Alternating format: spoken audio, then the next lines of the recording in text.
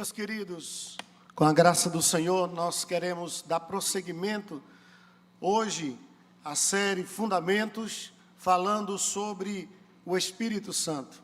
Ao longo dessas semanas, nós temos nos debruçado nesse tema tão relevante para nós, os fundamentos da fé cristã e da Igreja do Senhor. Estamos na vez de falarmos sobre a pessoa e a obra do Espírito Santo. No último encontro, o presbítero Jackson trouxe aos irmãos o assunto acerca da obra do Espírito Santo no cristão. Hoje, com a graça do Senhor, eu quero falar para vocês sobre a chegada ou a descida do Espírito Santo. O texto é o que foi lido no início do culto, em Atos, capítulo de número 2. E eu já convido você, por gentileza, a abrir a sua Bíblia nesse texto sagrado. Atos, capítulo de número 2. Nós iremos usar esse texto como base para a exposição de hoje, que tem como tema, como eu já anunciei aos irmãos, a chegada do Espírito Santo.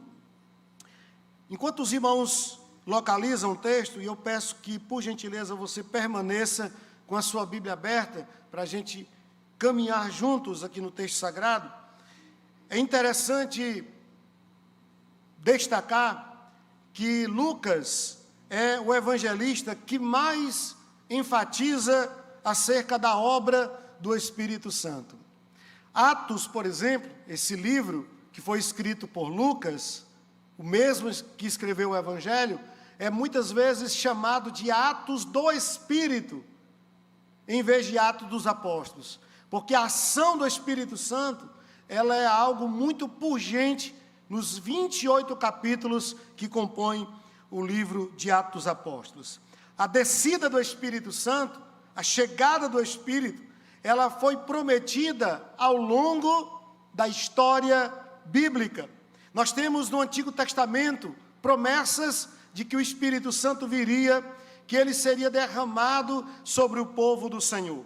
O profeta Isaías, por exemplo, ele viveu mais de 700 anos antes de Cristo nascer. No capítulo 44, ele traz a seguinte promessa sobre o derramamento do Espírito: porque derramarei água sobre o sedento e torrentes sobre a terra seca. Derramarei o meu Espírito sobre a tua posteridade e a minha bênção sobre os teus descendentes. Perceba, os irmãos, que o profeta está fazendo menção da vinda do Espírito, da chegada do Espírito, só que a promessa, de certo modo, ela está restrita aos descendentes de Abraão, ao povo de Israel. Mas nós temos um outro profeta, que também viveu no período verotestamentário, e ele traz uma promessa sobre essa efusão do Espírito, essa chegada do Espírito abundante sobre o povo de Deus. Eu estou falando do profeta Joel. No capítulo 2, versos 28 e 29, Joel diz o seguinte: e acontecerá depois que derramarei o meu Espírito sobre toda a carne.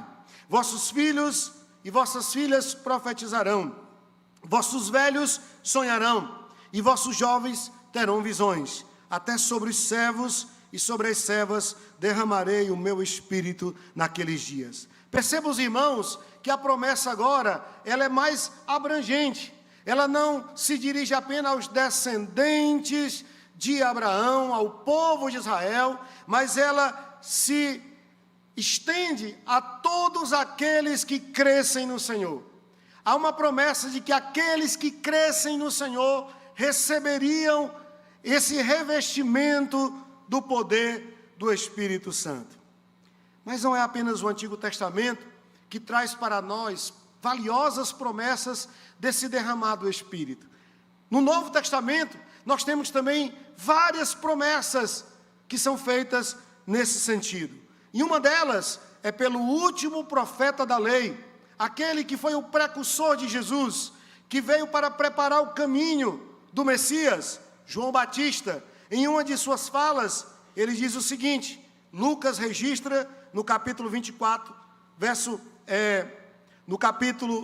Mateus registra no capítulo 3, verso 11, quando João Batista diz o seguinte: eu vos batizo com água para arrependimento, Mas aquele que vem depois de mim é mais poderoso do que eu, cujas sandálias não sou digno de desatar. Ele vos batizará com o Espírito Santo e com fogo. Percebam vocês que João, que foi aquele que preparou o caminho para Cristo, para a chegada do Messias, ele diz que quando Jesus viesse, ele derramaria do Espírito de Deus sobre todos os seus discípulos. Nós temos aqui uma distinção de 3 tipos de batismo. O batismo de João, que era o batismo com água ou em águas, era o batismo para arrependimento, a profissão pública da fé de alguém convicto e arrependido que cria em Jesus como Messias. Mas João diz que Jesus, quando viesse, ele traria 2 batismos. O batismo do Espírito Santo, o selo da promessa que repousa sobre todos aqueles que Deus decidiu salvar. Todos os eleitos de Deus são selados com o Espírito Santo. E este selo é uma garantia de que nós jamais nos perderemos, de que um dia Ele resgatará a sua propriedade, que no caso somos nós, a sua igreja, a igreja do Senhor. Mas um outro batismo que João vai falar aqui é o batismo de fogo. E esse batismo é o batismo de condenação. Por isso eu não aconselho você a orar pedindo para ser batizado com fogo, porque esse pedido diz respeito a um batismo de condenação. No contexto aqui, o fogo simbolizava perdição e condenação. O mesmo Jesus que sela para salvar, ele também tem poder de lançar a alma no inferno. Ele diz aos seus discípulos: não se admirem de eu dar poder a vocês para curar. Sim, admirem-se, porque eu tenho poder para pegar uma alma e lançar no inferno. Jesus tem as chaves do poder. Ele tem o poder da vida e da morte. João então fala de que quando ele viesse, quando a plenitude do tempo se cumprisse, no calendário profético, então o Espírito Santo seria dado por Jesus àqueles que nele crescem. Agora sim, Lucas, capítulo 24, faz um registro da promessa do próprio Senhor Jesus. Agora é o próprio Cristo que diz que enviaria o seu Espírito. Capítulo 24, verso 46, diz: e eis que envio sobre vós a promessa de meu Pai, permanecei na cidade até que do alto sejais revestidos de poder. Jesus está dando instrução aos discípulos, já no final do seu tempo com eles aqui na terra, antes de ser assunto aos céus, e ele diz: permaneçam em Jerusalém, aguardem esse momento, quando o Espírito será derramado sobre vocês, e vocês receberão poder, serão investidos de autoridade do Espírito, para cumprir a minha obra, para cumprir o meu chamado. Jesus já havia predito antes, que ele enviaria o Consolador. João, o evangelista, que traz os fatos do final do ministério de Jesus, ele apresenta palavras que são muito impactantes, porque as palavras de Jesus, sabendo que sua morte se aproximava. A gente sabe que as últimas palavras de um homem são muito importantes. Então João registra essas palavras de Jesus, e em uma das falas de Jesus com os discípulos, no capítulo 14, o evangelista João registra isso, ele diz que Jesus fala para os discípulos o seguinte: não turbem o coração de vocês, creiam em Deus, creiam em mim, na casa de meu Pai há muitas moradas, e se assim não fosse, eu não diria, eu vou preparar lugar, e quando eu for e preparar lugar, voltarei outra vez para vos buscar para mim mesmo, para que onde eu esteja, estejais vós também. Nessa mesma fala, Jesus diz que enviaria o Espírito Santo para estar com eles, para os auxiliar em todos os momentos da vida e do ministério desses discípulos. Um outro momento que Jesus faz menção da vinda do Espírito está no capítulo 15, verso 26 de João, e mais um momento muito importante e interessante, quando no capítulo 16, Jesus ele se dirige diretamente aos discípulos, falando sobre a chegada do Espírito Santo. Ele vai usar o termo consolador, e esse termo no grego é paracleto. Qual é o significado desse termo? Aquele que auxilia, aquele que sustenta, aquele que caminha do lado, aquele que advoga, que defende. Então, consolador tem esse sentido de alguém que auxilia, que é alguém que dá suporte, alguém que caminha conosco, nos sustentando e nos segurando em nossa mão quando nós não temos mais forças para continuar. Pois bem, Jesus fala da vinda do Consolador, do Paracleto, e ele diz que o Espírito Santo viria para cumprir os propósitos de Deus. Jesus destaca pelo menos 3 ações do Espírito Santo, 3 propósitos do Espírito Santo na vida dos eleitos. Primeiro, ele viria para consolar. Jesus sabia que a vida de um discípulo dele não seria fácil. E ele mesmo prepara os discípulos dizendo que eles teriam aflições do mundo, que eles deveriam ter bom ânimo, que eles seriam perseguidos por causa de sua fé em Cristo. O mundo os odiaria por causa disso. Eles necessitariam desse auxílio poderoso, dessa mão forte do Espírito os guiando e os sustentando em todo momento. Jesus diz mais. Ele diz que o Espírito Santo, além de consolar, de auxiliar, ele também os guiaria a toda a verdade. É o Espírito Santo que nos conduz. É ele que ilumina a nossa mente para entendermos as verdades das Sagradas Escrituras. Por isso que existem pessoas eruditas, intelectuais, que quando leem a Bíblia não conseguem entender uma única frase que está aqui. E alguém que possa não ter nem o Fundamental 1 completo, mas ao ler a Bíblia entende o que está aqui, porque é o Espírito Santo que nos dá o entendimento acerca da palavra de Deus. Ele nos guia a toda a verdade. Mas uma terceira obra do Espírito é convencer o homem. Convencer o homem do pecado, da justiça e do juízo. Meus irmãos, nenhum grande pregador, por mais boa eloquência e oratória que tenha, tem o poder de convencer o coração do homem. Só o Espírito Santo pode regenerar. Só ele pode convencer o homem dos seus pecados e levá-lo ao arrependimento. Então Jesus, assim como os profetas do Antigo Testamento, ele que era também um profeta, ele previu a vinda do Espírito Santo. Ele predisse a chegada do Espírito Santo. E esse dia chegou. Atos 2 vai registrar a descida do Espírito Santo sobre a igreja e, como tal, esse evento iria inaugurar a igreja do Senhor. A pergunta que se segue, e nós iremos agora adentrar no texto, é: por quê foi no dia de Pentecostes? O que é o Pentecostes? E como se deu esse derramamento do Espírito no dia de Pentecostes? Eu convido você a ir para o texto sagrado. O verso 1 do capítulo 2 nos traz essas informações valiosas. Ao cumprir-se o dia de Pentecostes, estavam todos reunidos no mesmo lugar. Nós temos aqui 2 aspectos que são intrigantes desse evento sobrenatural da descida do Espírito Santo sobre sua igreja, sobre a igreja do Senhor. Primeiro, a ocasião. O texto nos informa que era o dia de Pentecostes. E o que era Pentecostes? Pentecostes era uma das 7 festas anuais no calendário judaico.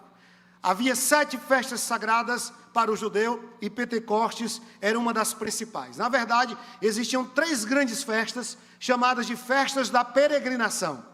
Por que eram chamadas assim? Porque os judeus que moravam em outras nações, em outras cidades, eles saíam de suas casas, viajavam às vezes muitos quilômetros até Jerusalém para ali celebrar uma dessas festas. E essa, a festa de Pentecostes, era uma dessas ocasiões em que eles vinham para Jerusalém. Por isso, era chamada de festa da peregrinação. Os judeus estavam ali em Jerusalém. A cidade estava lotada. Estava entupida de peregrinos de todos os lugares. Nós temos aqui menção entre 14 e 16 povos e lugares de onde judeus vieram para celebrar a festa de Pentecostes. Meus irmãos, esse detalhe, ele é muito importante. Por quê? Porque ele nos remonta à verdade de que não foi coincidência o Espírito Santo ter sido derramado no dia de Pentecostes. Poderia ter sido em qualquer outro dia, em qualquer outra festa, mas foi no dia de Pentecostes. Por quê? porque o propósito do derramamento do Espírito sobre os discípulos era habilitá-los para a pregação da palavra de Deus, para a expansão do Evangelho.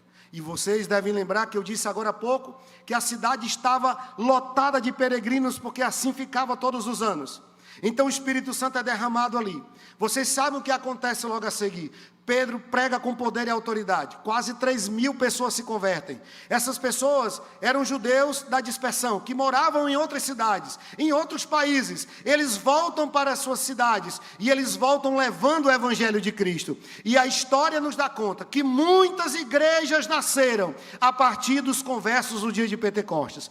Meus irmãos, a obra do Espírito Santo, ela nunca acontece por acaso. Ela nunca ocorre ao ermo. Toda a ação do Espírito, ela cumpre um propósito de Deus. Ela cumpre um plano de Deus na história do povo do Senhor e da igreja de Cristo Jesus. Então, a ocasião era essa festa judaica, o dia de Pentecostes.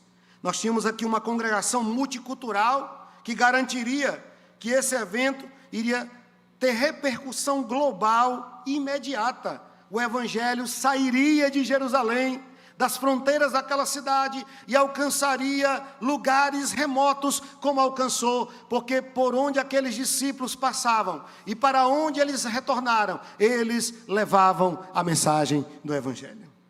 Um outro detalhe interessante que nós encontramos aqui no versículo 1 são as circunstâncias, ou a circunstância em que ocorre o derramamento do Espírito Santo.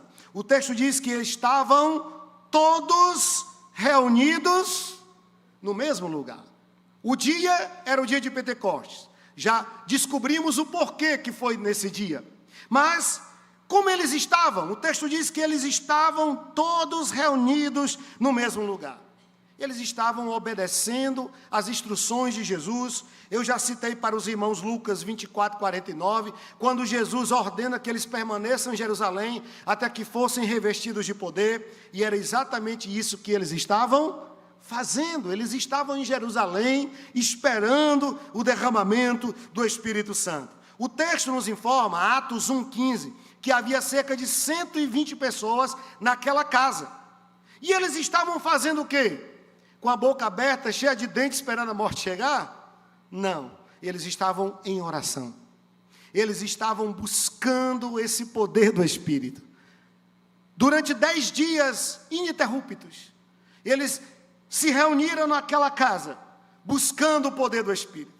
Jesus havia sido assunto aos céus 10 dias antes. Depois dos 40 dias com os discípulos, ele é assunto aos céus, é glorificado, e os discípulos se reúnem ali naquela casa. Tudo indica que era a casa de Maria, mãe de João Marcos, que escreveu o Evangelho segundo Marcos. E eles estavam ali reunidos, orando, buscando esse poder, essa unção do Espírito Santo sobre eles. Por isso, meus irmãos, não foi uma espera passiva, não foi uma espera indolente, mas foi uma antecipação ativa e cheia de fé. A unidade, a oração contínua e a concordância de propósito eram um solo fértil para o que estava prestes a acontecer. Quando a igreja se reúne para buscar a Deus, quando a igreja se une em oração, em busca, em devoção, Deus não fica indiferente. Ele derrama o seu Espírito, como aconteceu no dia de Pentecostes. Assim também acontece nos nossos dias. Então, nós somos levados a crer que não temos esse poder, não temos essa pujança na nossa vida espiritual, não é porque o Espírito Santo, ele diminuiu a sua operação, ele não age mais como antes. Não, meus irmãos. Quantas pessoas eu vejo, vez e outra, lendo Atos ou falando de Atos com um certo saudosismo. Olha, nessa época era tão bom, o Espírito Santo operava e agia. Por que que hoje não é assim? Meus irmãos, o Espírito Santo como Deus, ele é imutável. Ele não mudou o seu modus operandi, ele não mudou a sua forma de agir, ele não diminuiu a sua intensidade operacional. Fomos nós que nos afastamos dessa busca. Somos nós que não estamos buscando como deveríamos. Porque se nós buscarmos, nós sentiremos esse mesmo poder que os discípulos sentiram no dia de Pentecostes. Nós seremos também cheios, como os discípulos foram no dia de Pentecostes. A minha pretensão hoje é caminhar com você no texto sobre três perspectivas, sobre 3 olhares. Primeiro, o que aconteceu com os discípulos.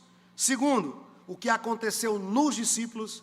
E terceiro, o que aconteceu através dos discípulos. Mais uma vez, vamos nos voltar para o texto sagrado para vermos, em primeiro lugar, o que aconteceu com os discípulos. Versos de 2 a 4. Olha o que o texto diz. De repente, veio do céu um som como de um vento impetuoso e encheu toda a casa onde estavam assentados. E apareceram distribuídas entre eles línguas como de fogo, e pousou uma sobre cada um deles.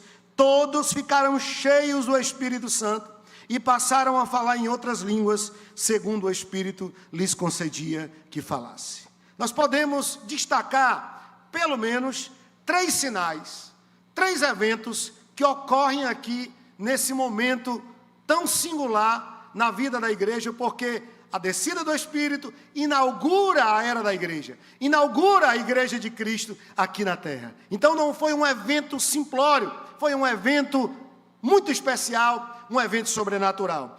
3 sinais ocorrem aqui para demonstrar a importância do que estava acontecendo.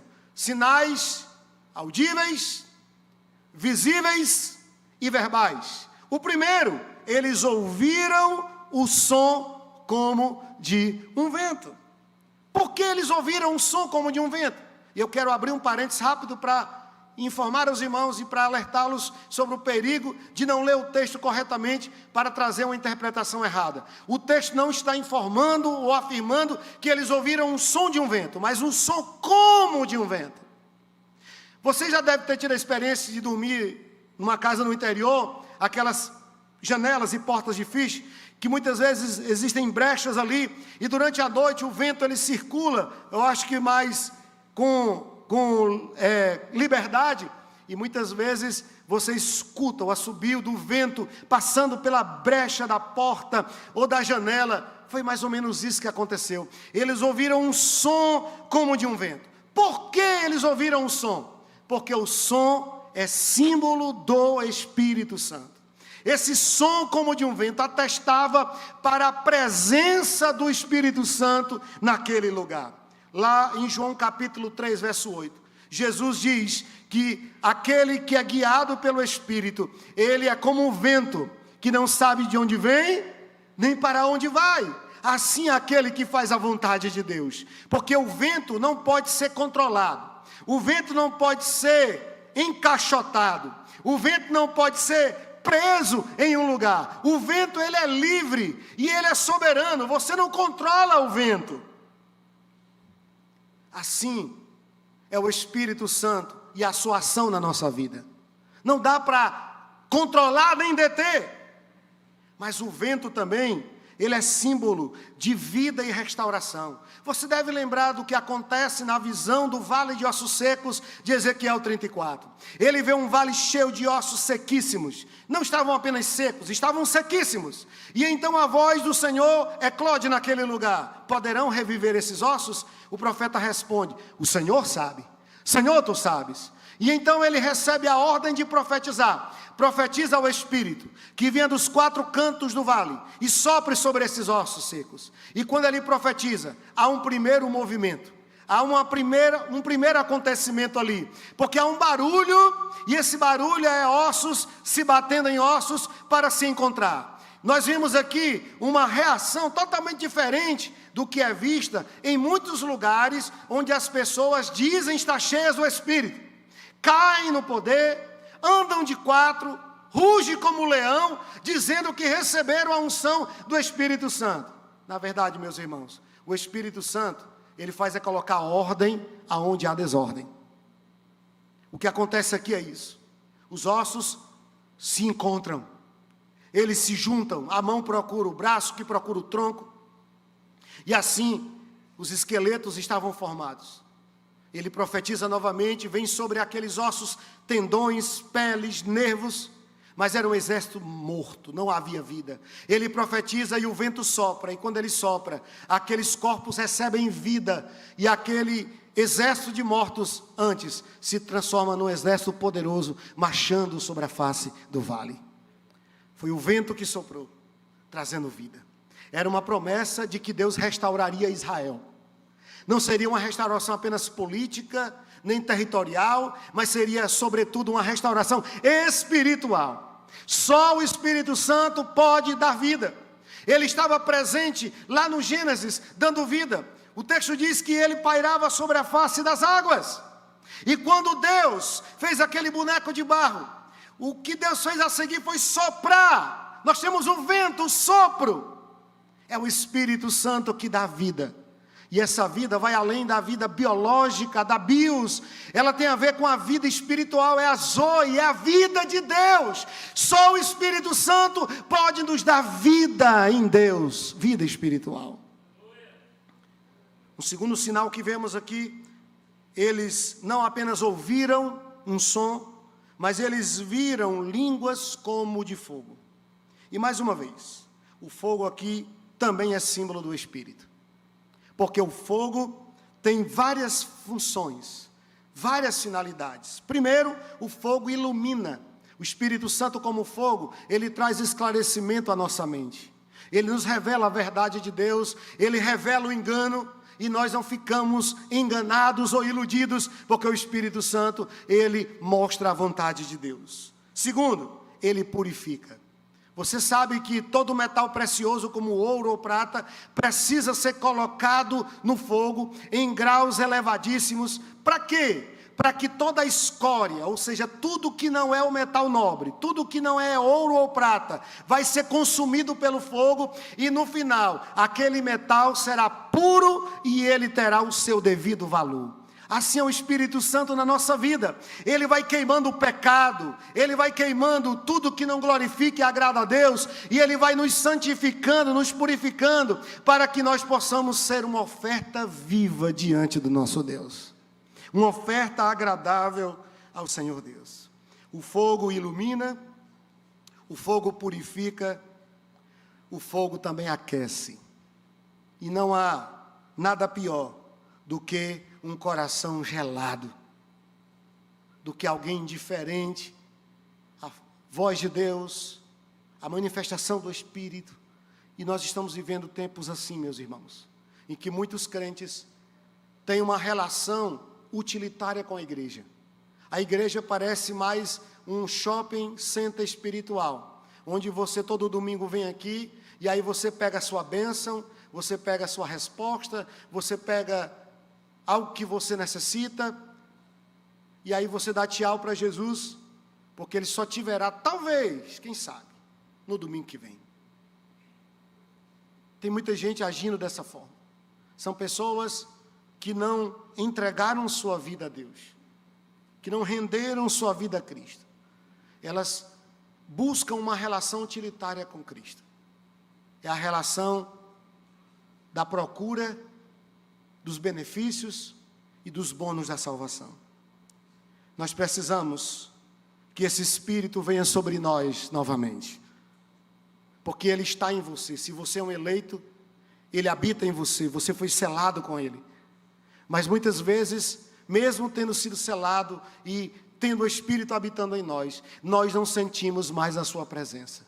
Nós esfriamos, estamos indiferentes, o culto não nos toca mais, não nos atrai mais, o nosso coração está em outro lugar e não em Cristo e na presença de Deus. Precisamos que essa chama seja reacesa em nossos corações, que ela possa queimar uma vez mais, que possamos ter sede pela presença de Deus, que possamos amar a Jesus, que possamos almejar o céu, que essa alegria do primeiro amor seja restaurada em nós e que possamos viver o Evangelho intensamente, vivendo cada dia como se fosse o último da nossa vida.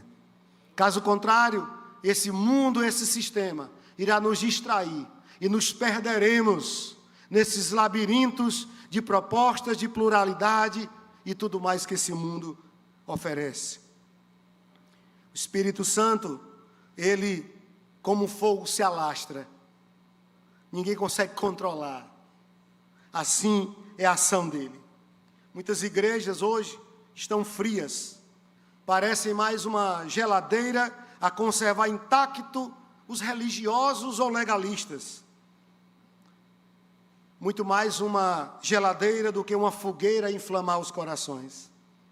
Por isso precisamos pregar a mensagem bíblica e viva, porque a mensagem do Evangelho, ela vai trazendo vida, ela vai restaurando.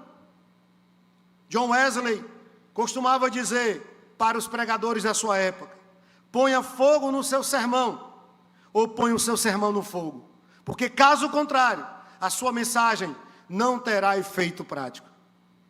O Evangelho anunciado precisa impactar as nossas vidas, precisa gerar vida em nós.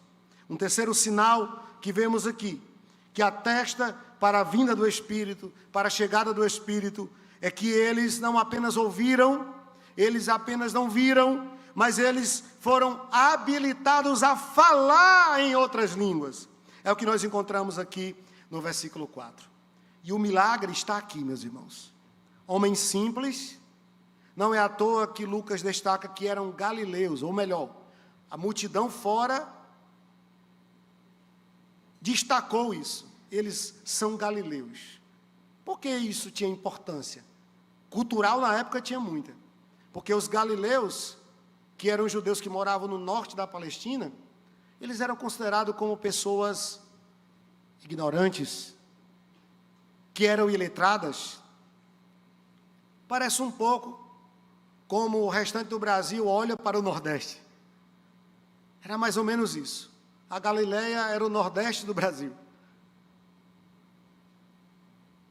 E eles estavam atônitos, eles estavam admirados, porque eles ouviam aquelas pessoas, eles sabiam que eles eram galileus, e eles ouviam aquelas pessoas falar vários idiomas de forma eloquente, como se tivessem estudado aquela língua. O milagre estava exatamente aí. Eles ouviam e entendiam claramente o que eles estavam falando, porque eles destacam, eles estão falando das grandezas de Deus. Essas outras línguas aqui, meus irmãos, não diz respeito a falas desconexas ou a línguas ininteligíveis. Essas outras línguas aqui, trata-se de idiomas. Quando você pega o texto de Atos 2, e você pega 1 Coríntios 14, 2, você percebe que há uma distinção ali dessas línguas. As línguas, mesmo embora o termo no grego é glossa para ambas, mas as línguas faladas em 1 Coríntios 14, 2, quando Paulo diz que quem fala em línguas fala em mistério a Deus e ninguém entende a não ser quem interprete, é uma língua espiritual que vai edificar o indivíduo que fala. Paulo chega a dizer que não deve ser proibido falar. Agora tudo tem que ser com decência e ordem. 2 ou 3, no máximo 3. E se tiver intérprete, porque se não tiver, tem que se calar. Porque enquanto você fala essa língua ininteligível, você está edificando a si mesmo, e não a igreja, e não ao próximo. Então é perceptível que há uma distinção entre essas duas falas. A de 1 Coríntios 14 fala de línguas espirituais falada por crentes num culto a Deus, que edifica, é um ambiente de adoração e devoção. Já as línguas de Atos 2:4 tratam-se de idiomas. Por quê? Porque quem estava lá fora ouvia e entendia o que estava sendo falado. Por que o Espírito Santo habilitou esses crentes a falar em outras línguas? Por quê?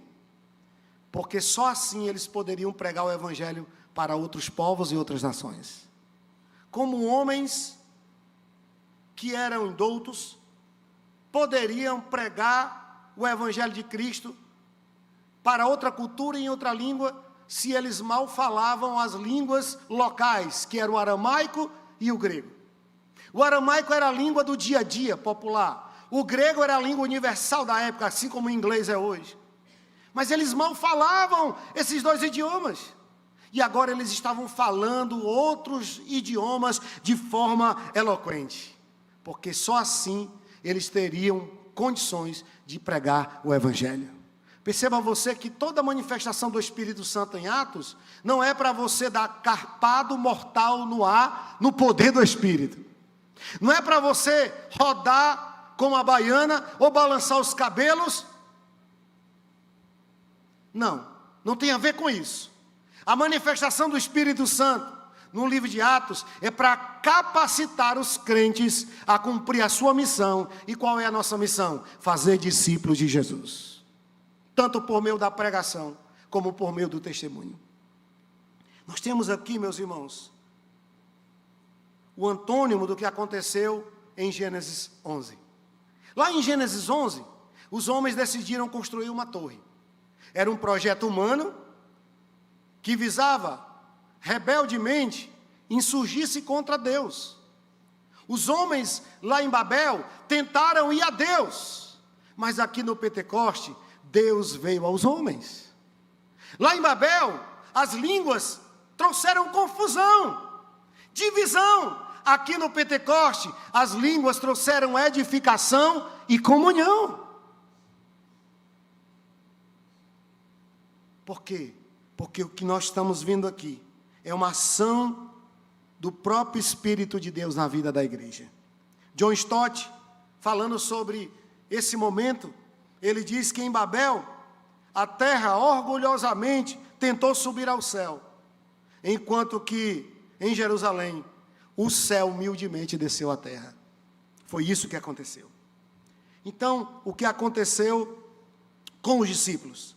Eles ouviram, eles viram e eles falaram. Mas, em segundo lugar, o que aconteceu nos discípulos? O que aconteceu dentro deles? O versículo 4 nos responde essa questão. Todos ficaram cheios do Espírito. O que aconteceu com eles, nos discípulos? Eles foram cheios do Espírito Santo, meus irmãos. E algo digno de nota é que o Espírito ele desce sobre cada um de forma individual. A experiência, como diz Armando Filho na sua canção, ela é intransferível, ela é individual. A experiência que você tem com Cristo e com o seu Espírito não é coletiva. A experiência que você tem não serve para sua esposa, para o seu marido, para os seus filhos.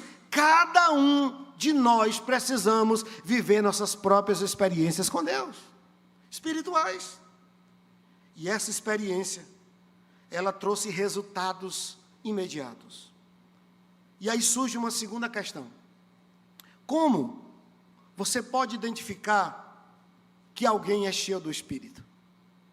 Porque o texto, ele é categórico. Todos foram cheios. Não há margem para dúvida. Eles foram totalmente planificados do Espírito. Foram tomados pelo Espírito. Mas a pergunta que precisamos fazer, sobretudo nesses tempos tão confusos, é: como identificar uma vida cheia do Espírito? O capítulo 2 nos ajuda a entender e a responder essa questão. A partir do versículo 42, nós temos os efeitos diretos que esse derramado Espírito causou na vida daqueles crentes. O versículo 42 destaca o primeiro efeito: eles perseveravam, eles se tornaram constantes e perseverantes. Mas em quê? Lucas destaca em 3 áreas: na doutrina dos apóstolos, na comunhão, no partir do pão e nas orações. Um crente cheio do Espírito Santo, ele vai ser constante. Ele vai perseverar na palavra. Ele não vai abrir mão dos seus valores e princípios. Ele não vai negociar a sua fé por conveniência. Ele vai promover a comunhão. Mas ele também não vai abrir mão de sua vida de intimidade com Deus. Ele vai ter uma vida de devoção que não se resume ao templo, mas ao seu dia a dia, ao seu cotidiano. O que mais? Verso 43 nos apresenta outras evidências dessa plenitude: temor e sinais. Em cada alma havia temor, e muitos prodígios e sinais eram feitos por intermédio dos apóstolos. O que acontece com esse derramado Espírito? Eles se enchem de temor, e esse temor não diz primariamente respeito a ter medo de Deus, mas respeitá-lo, honrá-lo. Eles não pecavam tanto, não é porque tinha medo de Deus, é porque amavam a Deus. Um crente cheio do Espírito Santo, ele vai amar intensamente a Deus, e ele vai evitar o pecado, não porque ele tem medo de Deus o lançar no inferno, mas é porque ele não quer perder a sua comunhão com Deus. Temor e sinais. Manifestação do Espírito trouxe curas e milagres. O que mais? Verso 44, destaca a comunhão. Todos que creram estavam juntos, tinham tudo em comum. É intrigante, para não dizer irônico, que muita gente por aí afora arroga para si o título de espiritual, de carismático. Eu tenho vários dons, né? Eu já encontrei gente dizendo, olha, comecei a contar aqui, eu parei no 14º dom. Maior do que a igreja de Corinto todinha reunida. Esse é um almanaque de dons, né? Eu acho que ele é o próprio Espírito Santo encarnado. Tem 14 dons. É intrigante, meus irmãos, porque essas pessoas que arrogam títulos de serem cheias do Espírito, de terem dons espirituais, são as mais carnais que tem dentro da igreja. Porque você não precisa estar dizendo para ninguém quem você é. Você precisa mostrar. Até porque dons não servirá para identificar quem é espiritual. Você deve conhecer alguém que fala línguas, que profetiza, que ora por alguém e a pessoa é curada. Até expulsar demônios, essa pessoa expulsa. Mas nenhuma dessas ações serve para mostrar que essa pessoa realmente é espiritual. Porque Judas Iscariotes fez tudo isso. E ele era o filho da perdição. Então Deus, ele pode usar quem ele quer. O Espírito Santo é soberano. E muitas vezes ele usa pessoas ímpias para abençoar o povo de Deus. Isso não é heresia, está na Bíblia. Se você ler um pouco da história do Antigo Testamento, você deve lembrar que Ciro, que libertou Israel da escravidão da Babilônia, do cativeiro da Babilônia, ele era um pagão. E a Bíblia chama ele de ungido do Senhor. Porque Deus usa quem ele quer para cumprir os seus propósitos e para abençoar o seu povo. Mas isso não significa dizer que essa pessoa é espiritual. Então, não se frustre mais, não se decepcione e nem se escandalize se você vê alguém falando língua, profetizando, curando, sapateando e fazendo tudo mais. E essa pessoa não paga ninguém vivo. Essa pessoa fala de 2 pessoas só, de Deus e do mundo. Essa pessoa não tem uma vida íntegra, porque nada disso serve como baliza para identificar uma genuína espiritualidade. Se você quiser descobrir se alguém é espiritual mesmo, busque nessa pessoa o fruto do Espírito. Jesus mesmo disse, pelo fruto conhecereis a árvore. Um cristão cheio do Espírito, ele vai promover a comunhão. Sabe, irmãos, eu sou forçado a crer que às vezes o diabo não precisa nem se manifestar. Porque dentro da igreja tem algumas pessoas que fazem o trabalho do diabo melhor do que ele mesmo. Pessoas que promovem divisão, pessoas que geram atritos, pessoas que vão semeando, vê o fogo subindo, joga gasolina em cima. São pessoas que dividem, são pessoas que espalham, são pessoas que por onde passa vão colecionando um rastro de feridas dos outros. Essa pessoa pode ter até 20 dons, não é 14 não, é 20. Mas isso não significa dizer que essa pessoa é salva em Cristo. É uma nascida de novo. Nós temos a generosidade no verso 45, vendiam as suas propriedades e bens, distribuindo o produto entre todos à medida que alguém tinha necessidade. Por que a generosidade é uma característica da plenitude do Espírito? Porque alguém cheio do Espírito não vai ser egoísta, não vai ser mesquinho, ele vai querer o bem do outro, ele vai manifestar a compaixão. E por último, nós temos o testemunho e o crescimento numérico, verso 47, louvando a Deus e contando com a simpatia de todo o povo, Enquanto isso, acrescentava-lhes o Senhor, dia a dia, os que iam sendo salvos. É interessante porque os cristãos não eram bem vistos na época, porque eles pregavam e criam que Jesus é o Messias. E isso contrariava toda a tradição judaica da época.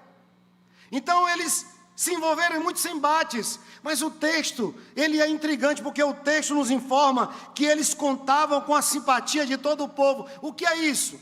Eles eram queridos? Não! As pessoas reconheciam que eles eram fiéis e leais àquilo que eles acreditavam. Isso me faz lembrar de uma história do pai do agnosticismo, que era inglês, e alguém viu ele passando correndo na rua, e para ele e diz: Hunter, para onde você vai com tanta pressa? E ele disse: eu vou ali ouvir George Whitefield pregar. E a pessoa ficou espantada. Você vai ouvir Whitefield pregar? Você não acredita no que ele prega. Você é um agnóstico. Você nega tudo que é sobrenatural. E então Hunter responde: eu não acredito no que ele prega, mas ele acredita no que ele prega. Meus irmãos, quando nós pregamos aquilo que vivemos, e vivemos segundo aquilo que pregamos, as nossas palavras não serão discursos vazios, mas irão impactar as vidas, irão mudar os corações. Uma igreja cheia do Espírito é uma igreja que cresce, e esse crescimento, ele tanto é primariamente vertical, com Deus, na espiritualidade, na maturidade, mas é um crescimento também na horizontal, ele é quantitativo também, porque mais pessoas se agregarão a essa comunidade quando ver que o Espírito Santo, ele opera no nosso meio, que não é apenas um grupo de pessoas que se reúnem aqui periodicamente para cantar e para ouvir a palavra, mas são pessoas que vivem o Evangelho intensamente, e isso só será possível se você estiver cheio do Espírito Santo. Mas por último, nós temos, em terceiro lugar, esse olhar sobre o que aconteceu através dos discípulos. E aí eu chamo a sua atenção para o verso de número 6. O verso 5 vai nos dizer que as pessoas que estavam ali de vários lugares, elas escutam o barulho e elas são atraídas por curiosidade para a frente daquela casa. O que está acontecendo ali? Está um barulho, muitas vozes. Então elas vão parando para saber o que estava acontecendo ali. E aí, verso de número 6, nos informa o que elas conseguem ouvir. Quando, pois, se fez ouvir aquela voz, afluiu a multidão, que se possuiu de perplexidade, porquanto cada um os ouvia falar na sua própria língua. O que o texto está nos informando, meus queridos, é que aquela multidão que estava na frente da casa conseguia ouvir que cada um dos 120 estava falando no idioma do lugar de onde eles moravam, na sua própria língua. O que aconteceu através dos discípulos? O que acontece através deles? Eu poderia destacar inúmeros resultados dessa ação do Espírito na vida dos discípulos, mas eu vou me ater a 3. Primeiro, eles receberam intrepidez para proclamar o Evangelho. E eu convido você a ir para o verso 14 do capítulo 2. E Lucas nos informa o seguinte: então se levantou Pedro com os 11, e erguendo a voz advertiu-os nesses termos: varões judeus e todos os habitantes de Jerusalém, tomai conhecimento disto e atentai nas minhas palavras. Estes homens não estão embriagados, como vindes pensando, sendo esta a 3ª hora do dia.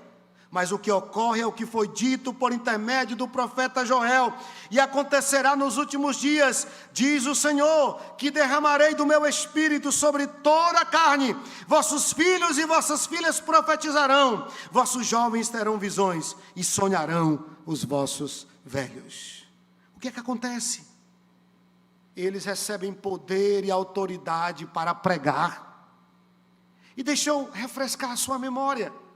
quem abre a porta do cenáculo, quem toma a dianteira para enfrentar a multidão, que possivelmente era hostil, porque o texto diz que eles estavam armados de paus e pedras, porque eles supunham que os discípulos estavam tomados de vinho, embriagados, e essa era uma ofensa grave numa festa sagrada ao Senhor.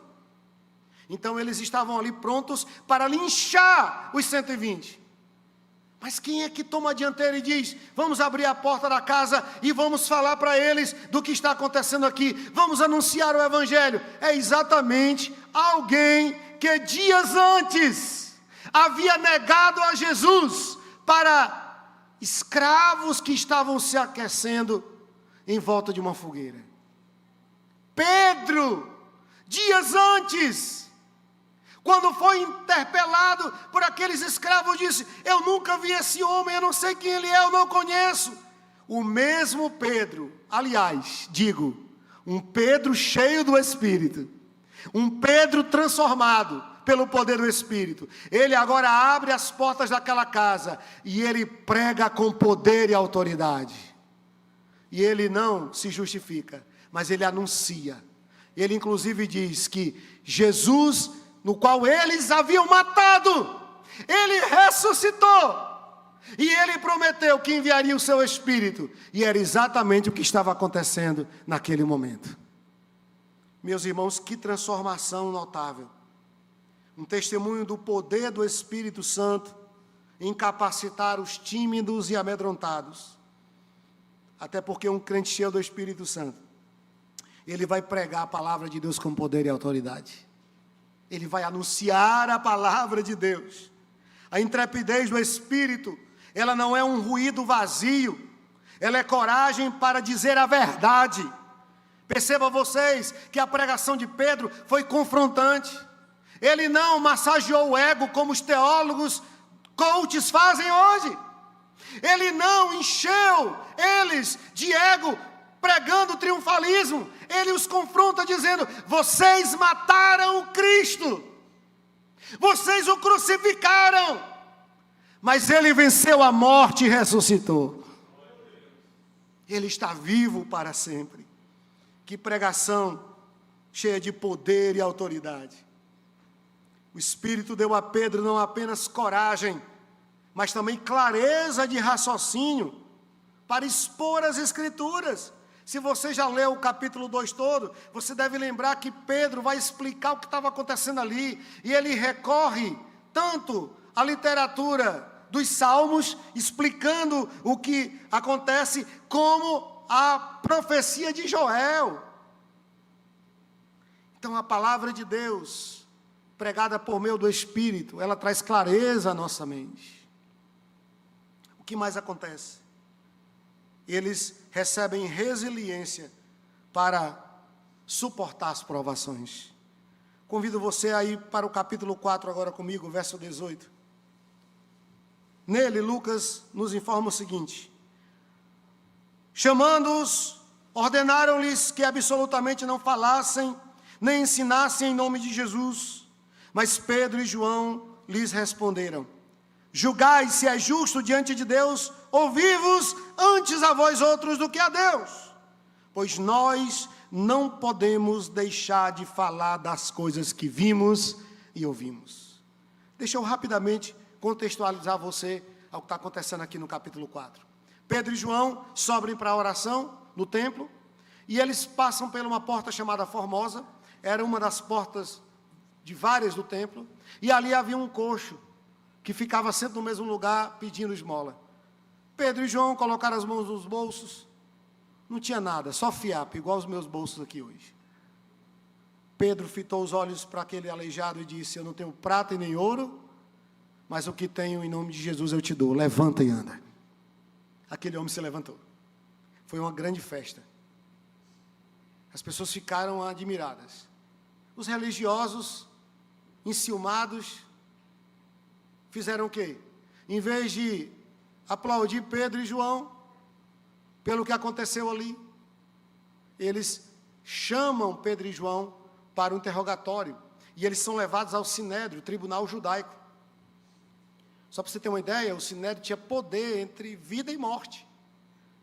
O Império Romano apenas corroborava a sentença do Sinédrio. Foi assim com Jesus. Eles julgam, condenam e levam para Pilatos, e Pilatos apenas assina embaixo. Então eles são levados para o Sinédrio. E quando eles chegam ali, você pode supor o tamanho da pressão que eles sofrem. Olha, vocês não podem estar falando desse Jesus. Vocês não têm autorização. Nem pregadores vocês são. Não tem o nome de vocês aqui na Associação de Pregadores. Vocês não podem falar de Jesus. Vocês não podem estar falando desse homem. Então nós iremos soltar vocês, mas com uma condição: vocês nunca mais irão falar desse Jesus. Vocês não irão pregar sobre eles. Meus irmãos, nós vemos aqui a resiliência em meio aos conflitos, às perseguições e às provações, porque esses dois apóstolos, cheios do Espírito Santo, olham para aqueles homens e diz para eles: nós jamais poderemos fazer isso. Nós não podemos nos calar diante de tudo que já temos visto e ouvido, e nós continuaremos falando de Jesus, sim. Só o Espírito Santo nos enche de fé e resistência ante todas as provações da vida, ante todas as dores. Sabe por que você não desistiu ainda e nem vai? Porque é o Espírito Santo que te sustenta, porque é Ele que te consola, porque é Ele que te fortalece. E para finalizar, o que aconteceu através deles? Eles recebem poder para realizar grandes obras. Lucas registra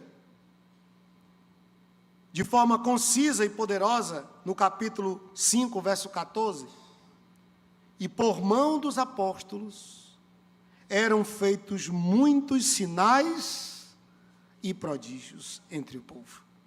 Esses acontecimentos faziam parte do que Jesus havia falado quando esteve com eles, por último, lembra? Marcos 16, 17. Esses sinais hão de acompanhar aqueles que creem. Em meu nome expelirão demônios, falarão novas línguas, pegarão em serpentes. Se alguma coisa mortífera beberem, não lhes fará mal. Se impuserem as mãos sobre os enfermos, eles ficarão curados. Meus irmãos, o mesmo poder que ressuscitou Jesus de entre os mortos, agora operava através desses homens frágeis. Enfermos eram curados, espíritos imundos eram expulsos. A sombra de Pedro produzia cura. Não se tratava de mágica ou espetáculo, era confirmações divinas da mensagem proclamada do Evangelho. Mas atenção, atenção, as grandes obras não se limitam ao sobrenatural físico, a enfermos sendo curados, a endemoniados sendo libertos. As grandes obras, elas se estendiam para a transformação do coração daquelas pessoas. Atos 5,14 diz: cada vez mais se agregava crentes ao Senhor em multidão, tanto de homens como de mulheres. Esse poder que o Espírito nos dá, não é para você estar fazendo malabarismo no culto, não é para transformar o culto num picadeiro. Esse poder que o Espírito nos dá é para pregar com poder e autoridade.